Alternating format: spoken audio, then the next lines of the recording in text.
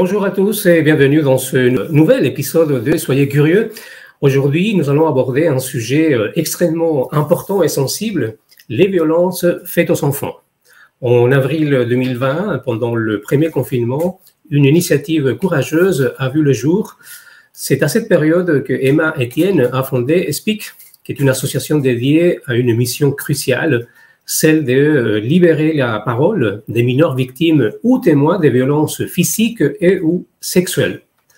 Et depuis ses débuts, Speak n'a cessé de croître et de se développer, marquant son engagement indéfectible envers les jeunes victimes. Alors, cette association se donne pour mission de briser le silence qui entoure ces situations tragiques et de fournir un espace sûr où les enfants peuvent exprimer leur expérience et leurs émotions.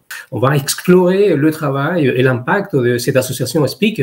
Nous allons découvrir comment elle a évolué depuis sa création, les défis auxquels elle a fait face et les succès qu'elle a remportés dans son combat contre les violences infligées aux plus vulnérables de notre société.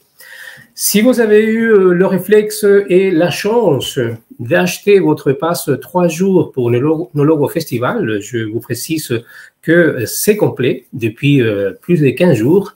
Donc, si vous avez eu la chance ou le réflexe d'avoir ces passes 3 jours, vous allez pouvoir aller à la rencontre donc, de cette association et notamment de sa fondatrice Emma que j'accueille ici donc dans ces Soyez curieux. Bonjour Emma.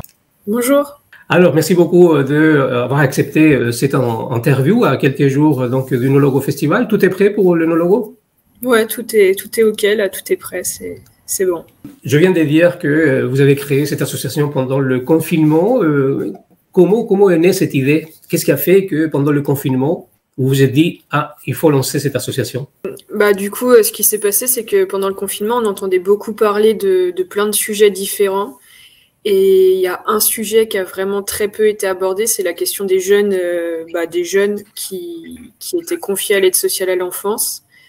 Et du coup, on a transposé ça sur toute la jeunesse en se disant que c'était pas normal en fait que les jeunes soient encore oubliés, alors que on sait que le confinement, ça a été aussi un moment où il y a eu plein de violences qui se sont passées dans les familles majoritairement, dans les foyers et tout.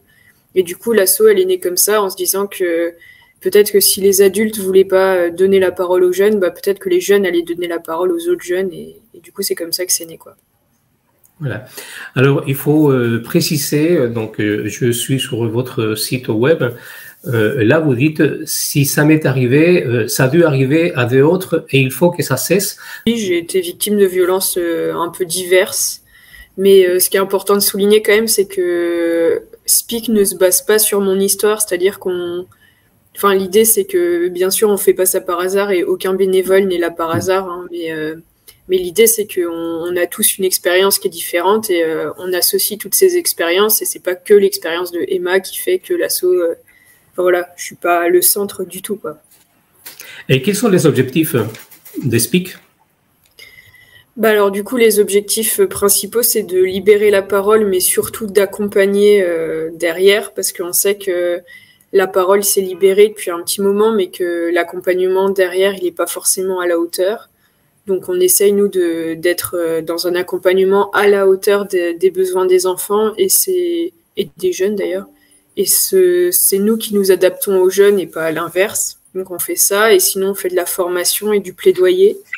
Donc de la formation, on fait intervenir des professionnels de la protection de l'enfance qui sont reconnus au niveau national. Et au niveau du plaidoyer, on porte les sujets qui nous animent un peu partout, quoi. Là, on a été au gouvernement il n'y a pas très longtemps. Sinon, on travaille avec les départements. Enfin, voilà, on essaye d'être un peu présent pour que les jeunes soient vraiment entendus, quoi.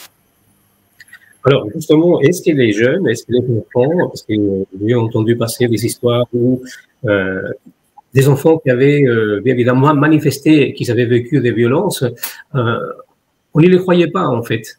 Est-ce qu'aujourd'hui, ça évolue? Est-ce qu'aujourd'hui, on arrive à les croire? Très honnêtement, je pense qu'il y a encore énormément de professions et de personnes individuelles qui ne croient pas les enfants. Parce que croire les enfants, ça veut dire se mettre face à la réalité de ce que sont les violences et de tout ce que ça induit derrière. Donc je pense qu'il y a des personnes qui croient les enfants et qui se battent. Enfin, par exemple, la Civis, qui est la commission indépendante sur l'inceste et les violences sexuelles faites aux enfants, eux, ils croient les enfants et ils font bouger des lignes. Il y a des assos qui sont aussi dans cette démarche-là, mais il y a aussi des gens qui veulent pas voir et qui pensent que les enfants mentent et qui restent là-dedans, quoi. Alors, quand on dit, quand vous dites il y a des gens qui ne veulent pas croire, il n'y a pas seulement, on ne va pas dire que le gouvernement ou que la justice ou que les assistants sociaux, il y a le public en général, parce qu'on a du mal à imaginer que de telles violences, des viols existent en fait. Ouais, c'est ça. Bah, après, les sujets sont quand même de plus en plus abordés. On est bien loin de ce qui se passait en 86 quand Eva Thomas a commencé à libérer la parole, mais on se rend compte quand même qu'il y a beaucoup de personnes qui connaissent pas ces sujets et qui veulent surtout pas en entendre parler parce que ça dérange aussi beaucoup. Et en même temps, ça met face à une réalité qui est vraiment dégueu, quoi. Donc, mais après, il faut quand même souligner que au niveau de la justice et au niveau des travailleurs sociaux et tout, il y a un gros travail qui est fait pour former les acteurs. On est au début de ce travail. Enfin, il y a déjà eu des formations dans le passé, mais voilà, il y a des efforts qui sont faits quand même et il faut le souligner, quoi.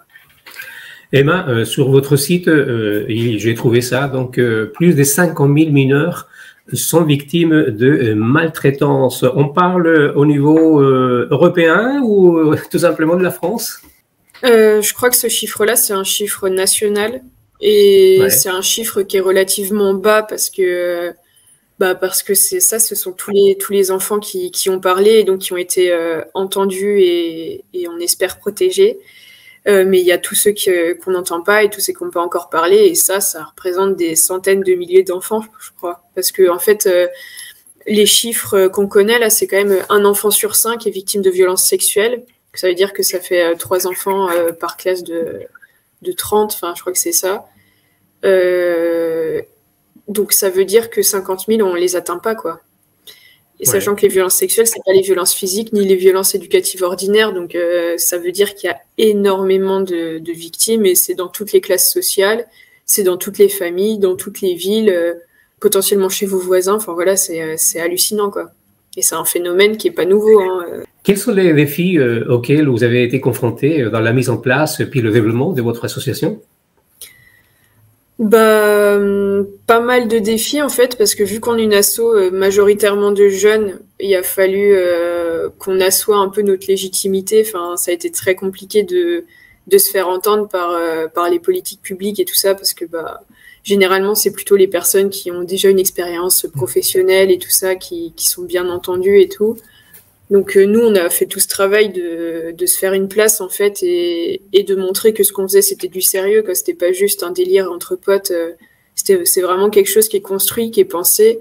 Donc on a fait tout un travail de construction et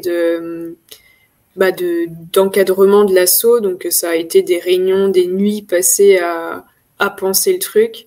Donc on a eu ça, on a eu la question aussi du fait qu'on était une majorité de femmes aussi. Donc c'est pareil, faire entendre la voix des femmes, la voix des jeunes femmes, c'est quelque chose de compliqué. Et après, toutes les questions de faire entendre la voix des jeunes et dire ce qui dérange, c'est-à-dire que il y a des jeunes qui entre guillemets renient leur famille, c'est plutôt l'inverse, plutôt la famille qui renie les jeunes, mais du coup des jeunes qui parlent et donc qui se retrouvent seuls et du coup faire entendre que ça c'est ok quand la famille elle est maltraitante, sauf que en France, il faut quand même pas trop toucher à la sacro-sainte famille, donc on s'est un peu heurté à ça, quoi. On s'est heurté au fait que on plaide pour que dans le cadre de l'aide sociale à l'enfance, le contrat jeune majeur il soit jusqu'à 25 ans et pas jusqu'à 21 ans max. Et du coup, ça pose des problèmes. Généralement, c'est pas très apprécié quand on demande ça. Voilà des positions qu'on a qui sont pas toujours hyper acceptées, mais en même temps on les garde ces positions parce qu'on pense que c'est ça qui fait que les enfants pourront peut-être un jour être un peu plus soutenus et heureux, quoi. Et puis après il y a toute la question de en fait la SOSPIC elle est montée très vite en puissance entre guillemets. Enfin ça fait 3 ans qu'elle est créée du coup, et on a déjà eu une voix au gouvernement.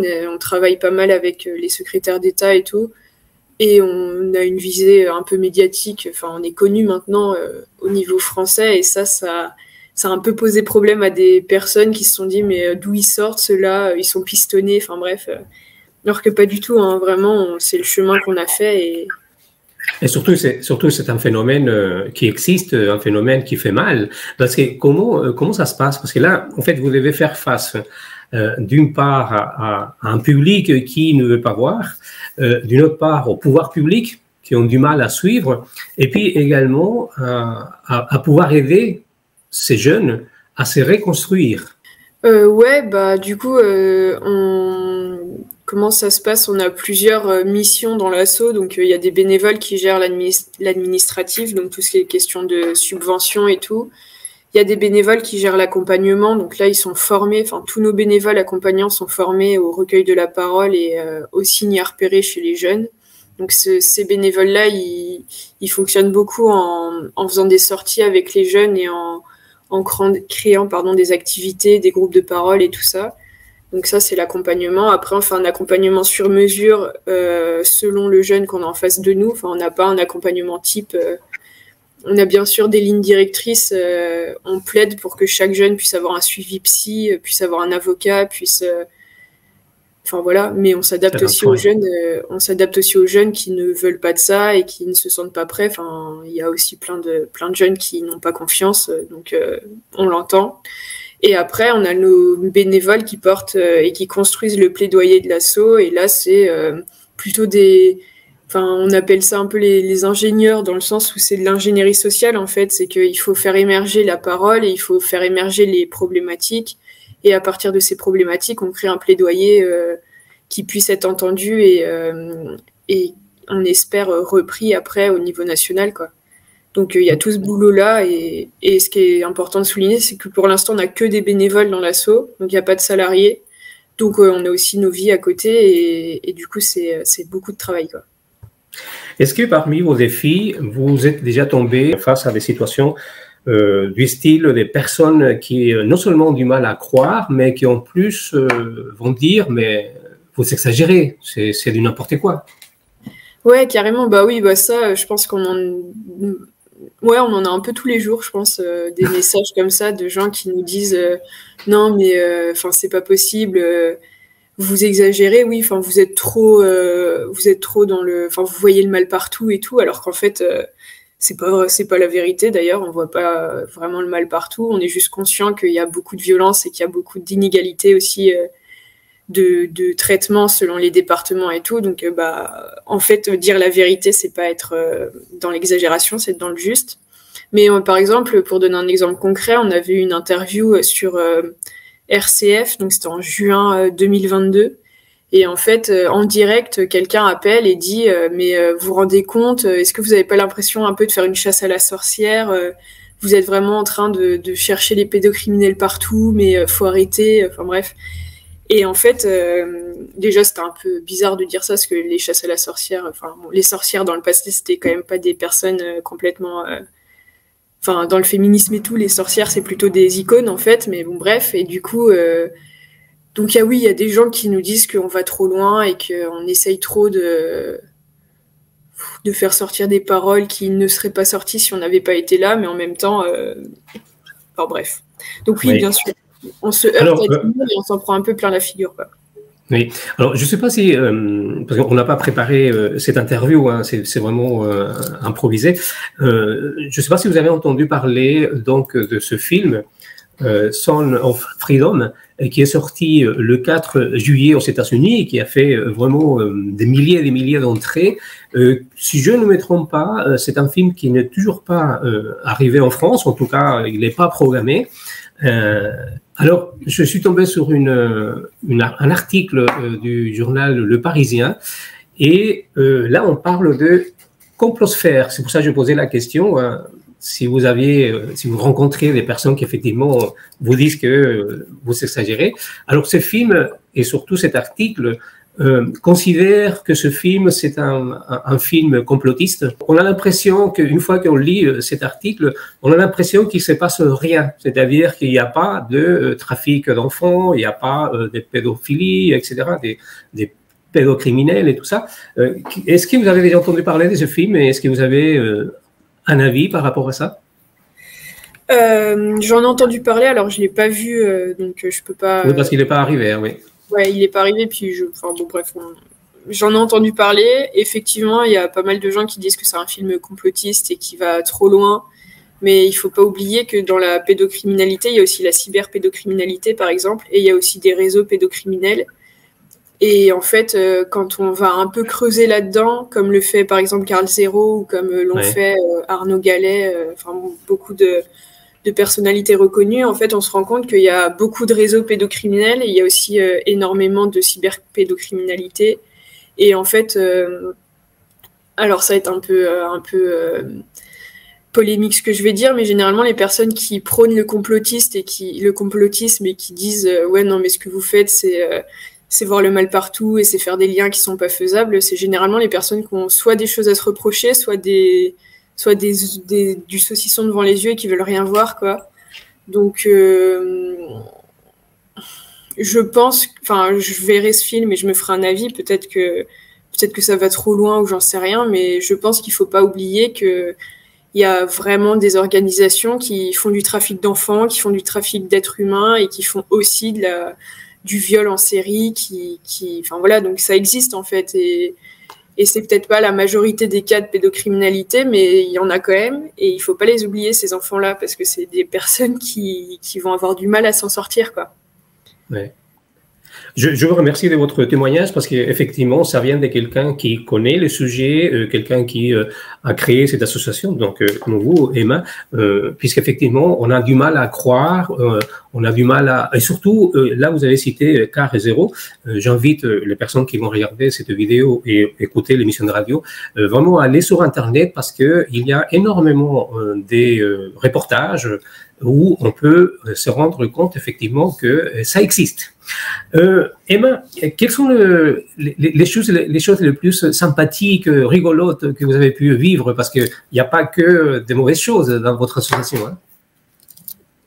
Non, carrément pas. Bah non, au contraire, c'est plutôt une association qui est très joyeuse, qui est tournée vers l'humanité, le partage et la cohésion d'équipe. Donc, on fait pas mal de soirées entre bénévoles pour créer un lien, parce que en fait, on estime qu'on peut pas gagner la confiance de jeunes si nous-mêmes nous n'avons pas confiance les uns en les autres. Donc, en fait, on fait beaucoup de partage et on passe de très beaux moments.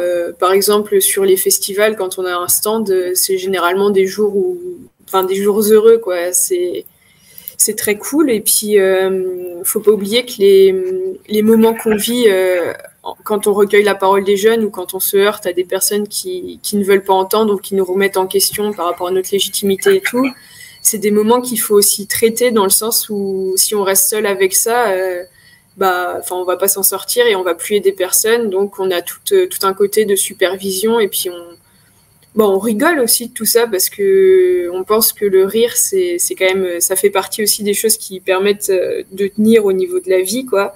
Donc, on rigole beaucoup. Et on chante, on danse, enfin voilà, on passe des bons moments, quoi. Donc Speak est une asso engagée mais joyeuse. Et donc, on va vous retrouver lors de la 10e édition. Et attention, hein, c'est pas n'importe quoi. C'est vraiment la 10e édition du Logo Festival. Oui. Un festival, comme je le répète souvent, indépendant, que ça coûte 0 € aux contribuables, où il n'y a pas de bénévoles et où on donne évidemment la parole aux associations, dont la vôtre qui sera parmi dans la partie associative, où il va y avoir, je pense, une dizaine d'associations qui vont partager avec le public. Comment on peut aider Speak, Emma? Eh ben, je pense que comme toute association, on a besoin de fonds parce qu'on fait rien malheureusement sans argent et donc il y a déjà la question des dons, donc même un tout petit don ça peut aider en fait parce que voilà. Et sinon en parler parce que la meilleure solution pour éradiquer ces sujets-là, c'est pas d'éradiquer les sujets mais éradiquer les causes qui font qu'on vient à parler de tout ça, c'est d'en parler. Donc faire que la peur change de camp et et qu'on soit tous solidaires les uns avec les autres. Je pense que c'est comme ça qu'on peut aider la cause, quoi. Donc là, il y a votre site web où on peut bien évidemment avoir des renseignements et si on souhaite vous aider. Emma, merci beaucoup. J'ai été vraiment très heureux de partager ces quelques minutes avec vous parce que je pense qu'il faut en parler et je suis très fier d'être un journaliste indépendant. Ça, j'aime bien le signaler et où je ne reçois d'ordre des personnes sur les sujets que je dois traiter. Et je considère que ce que vous faites, c'est extraordinaire. Donc, je vous félicite, vous et toute l'équipe des Speak. Et j'aurai le plaisir, bien évidemment, de vous retrouver ce week-end. Super. Merci à vous de nous avoir donné la parole. Et puis à ce week-end. Merci, Emma. À ce week-end. Au revoir.